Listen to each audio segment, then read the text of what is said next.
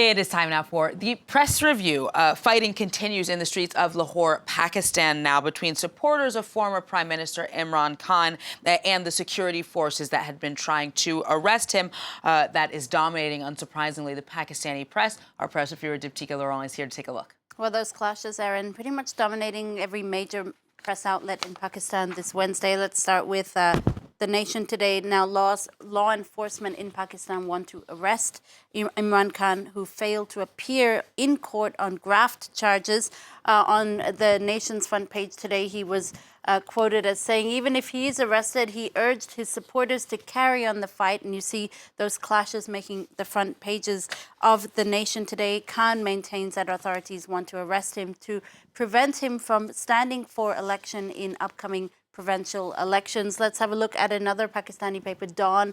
Zaman Park remains under siege. It says Zaman Park, referring to the neighborhood where Imran Khan's residence is and where he is right now hiding out. Battleground, Zaman Park, that's what the Express Tribune, another Pakistani paper, says on its front page, noting that police fired tear gas and water cannons at the protesters. And in its editorial today, the paper urges Pakistan's current leadership to do something to scale down tensions, but also says that if Imran Khan had just turned up in court, he could have maintained the moral high ground in the situation. Instead, by hiding out in his home, he's lost that moral edge over authorities, Erin.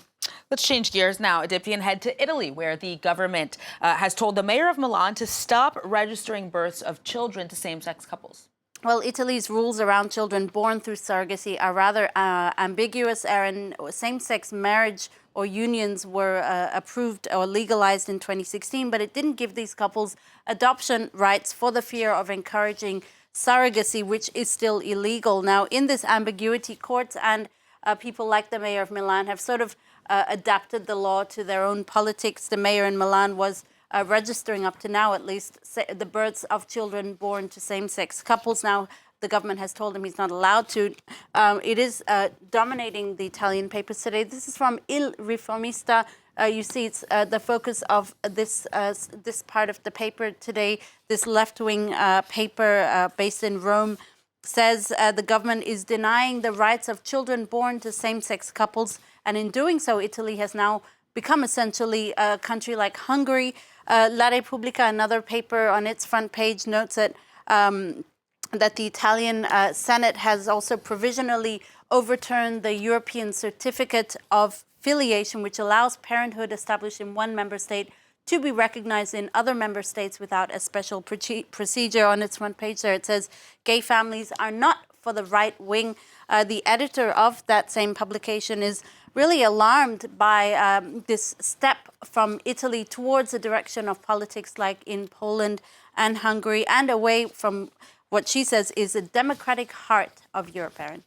All right, Dipti, we'll change gears again and talk about some of the stronger than usual odors that one can smell in the Parisian capital now. It's the result of a trash collector strike that's been going on for days, and it is garnering attention even now in the international press. Yeah, and also Le Parisien, which has finally done a front page on the strike of trash collectors. On its front page, it says, "Welcome to Paris," and that is a very unsightly image, but one that is very much present pretty much everywhere in Paris right now. 7,000 tons of trash sit curbside as we speak, the result, as I said, of a public garbage collector strike against Emmanuel Macron's pension reforms. It is also dominating the foreign press. This is El País, the Spanish paper, focusing on that very unsightly picture here, mounds of trash obscuring what are generally beautiful views of the Arc de Triomphe, but also the Eiffel Tower.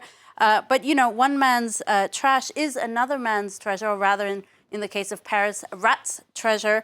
Politico says Paris stinks, and there is indeed a fear of a rat invasion. Rest assured, rats have always been in Paris, so there is no invasion to speak of as such. It's just that they have a lot to feast on right now.